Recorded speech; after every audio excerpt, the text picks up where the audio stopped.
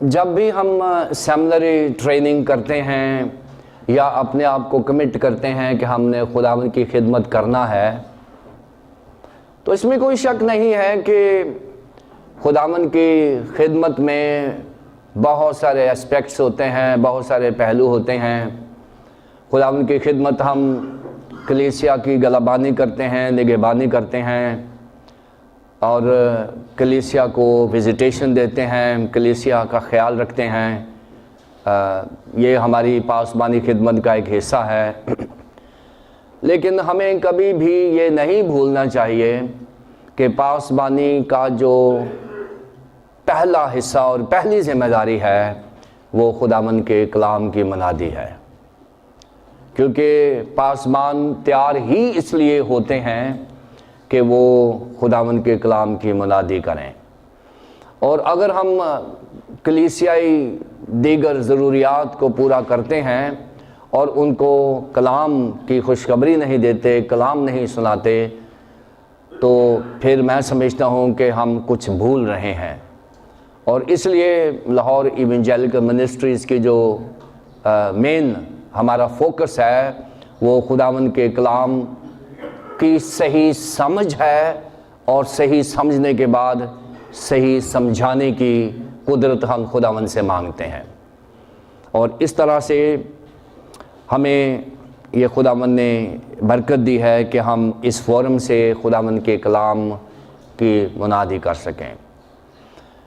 جب ہم یہ سوچتے ہیں کہ ہم نے خداوند کے کلام کا پرچار کرنا ہے، پریچنگ کرنی ہے، تو ایک بات ذہن میں رکھ لیں کہ ہم میسنجر ہوتے ہیں، میسج نہیں ہوتے۔ یہ ذہن میں رکھ لیں کہ ہم میسنجر ہوتے ہیں، ہم میسج نہیں ہوتے۔ میسج ہمیشہ خداوند یسوع مسیح ہوتا ہے۔ ہم جب خدا کے کلام کی خدمت شروع کرتے ہیں تو ہم سمجھتے ہیں کہ یہ خدا کے کلام کی نوکری ہے، یعنی میں خدا کے کلام کا غلام بن جاتا ہوں، نوکر بن جاتا ہوں۔ اور اگر آپ خدا کے کلام کے نوکر بن کر خدا کے کلام کی خدمت نہیں کر رہے تو پھر اس کا مطلب یہ ہے کہ ہم اپنی اتھارٹی کو استعمال کر رہے ہیں، خدا کے کلام کی اتھارٹی کو استعمال نہیں کر رہے۔ اس لیے ہماری جو کوشش ہوتی ہے اور ہماری لاہور ایونجیلیکل منسٹری کا جو فوکس ہے وہ خداوند کے کلام کی ایکسپوزیشن ہے، how to expound the word of God. ہم نے خداوند کے کلام کی تفسیر کیسے کرنی ہے، کیونکہ خداوند کے کلام کی تفسیر کرنا ہی ہماری بہترین خدمت ہے۔ اور میں یہ سمجھتا ہوں کہ جب خداوند کے کلام کا رول انفرادی طور پر اور اجتماعی طور پر اور خاندانی طور پر ہمارے اوپر ہوتا ہے تو بہت سارے مسائل جو ہیں وہ خود بخود ہی حل ہو جاتے ہیں۔ کلیسیائی انتظام کرنا اس میں کوئی شک نہیں ہے کہ ہماری ذمہ داری ہے، لیکن بہت سارے انتظامات خود بخود ہی حل ہو جاتے ہیں جب ہم اول درجہ خدا کے کلام کو دیتے ہیں۔ کیونکہ کسی نے کہا ہے کہ preacher is a duty bound to the text, کہ جو پریچر ہوتا ہے اس کی ذمہ داری ہے کہ وہ ٹیکسٹ کے کنٹرول میں رہے، بائبل کے حوالے کے نیچے رہے۔ جو پریچر ٹیکسٹ کو کنٹرول کر لیتے ہیں وہ خدا کے کلام کے خادم نہیں ہوتے۔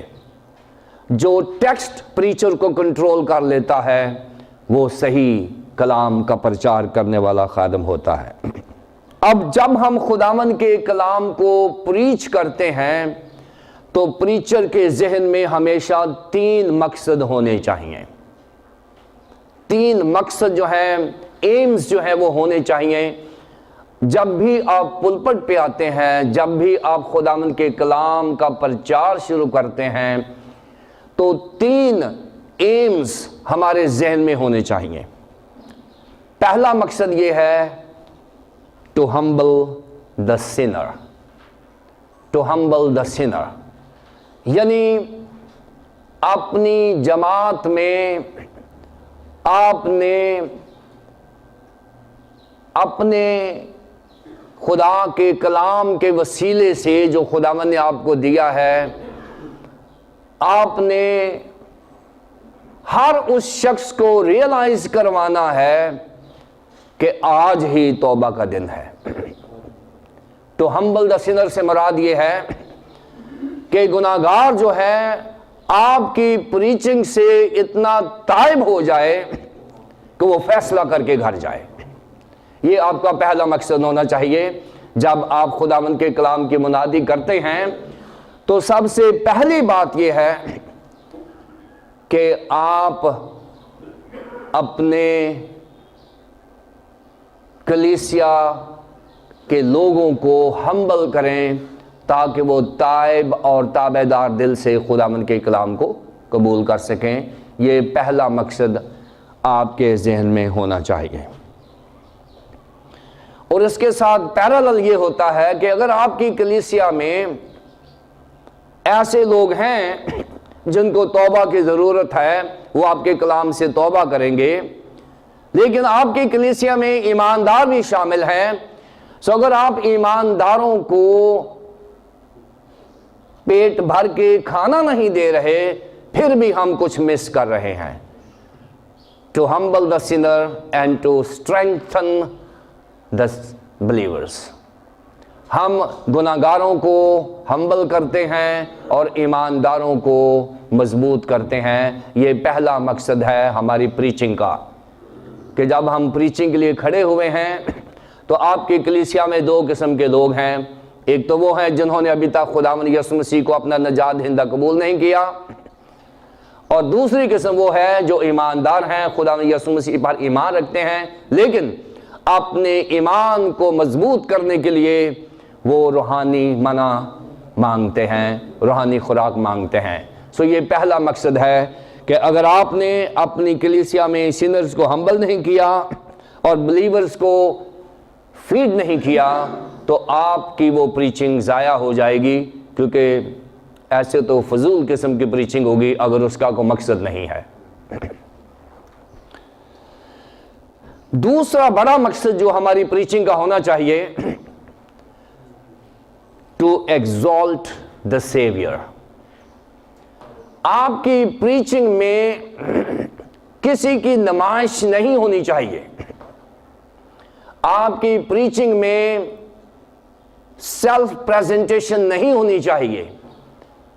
آپ کی پریچنگ میں صرف اور صرف سیویئر کو ایگزلٹیشن ملنی چاہیے. ہمارے خداوند یسوع مسیح کا نام بلند و بالا ہونا چاہیے. اگر آپ کی پریچنگ سے خداوند یسوع مسیح کے نام کو جلال نہیں ملا تو آپ کی پریچنگ ضائع ہو گئی ہے، فضول ہو گئی ہے. اس لیے کہ آپ نے خداوند یسوع مسیح کے بہاف پر کھڑے ہو کر آپ نے اس کا کلام سنایا ہے، اور اگر آپ کے نام کو جلال ملا ہے یا آپ کے اسٹیٹس کو جلال ملا ہے تو اس کا مطلب یہ ہے کہ ہم نے کلام کی خدمت نہیں کی، کیونکہ ہم نے خداوند یسوع مسیح کے نام کو بلند و بالا نہیں کیا. To humble the sinner and to exalt the saviour, یہ دو مقاصد ہیں جو میں نے بتائے ہیں. تیسرا مقصد جو ہے وہ ہماری پریچنگ کا یہ ہونا چاہیے، ٹو پروموٹ دا ہولینس، کہ ہم اپنی کلیسیا میں پاکیزگی کے عمل کو مضبوط کریں. کیونکہ پاکیزگی جو ہے یہ sign and symbol of Christianity ہے. ہم ایماندار تو ضرور ہیں، ہم بلیورز ہیں، ہم خداوند یسوع مسیح کو نجات دہندہ مانتے ہیں، لیکن اگر ہم نے اپنی زندگی میں اور اپنی کلیسیائی زندگی میں ہولینس کو پروموٹ نہیں کیا تو اس کا مطلب یہ ہے کہ ہم نے اپنے سرمن کے مقاصد کو حاصل نہیں کیا. سو جب بھی آپ پلپٹ پر آئیں آپ کو تین چیزوں کا خیال رکھنا ہے: to humble the sinner and strengthening the believers. Number 1،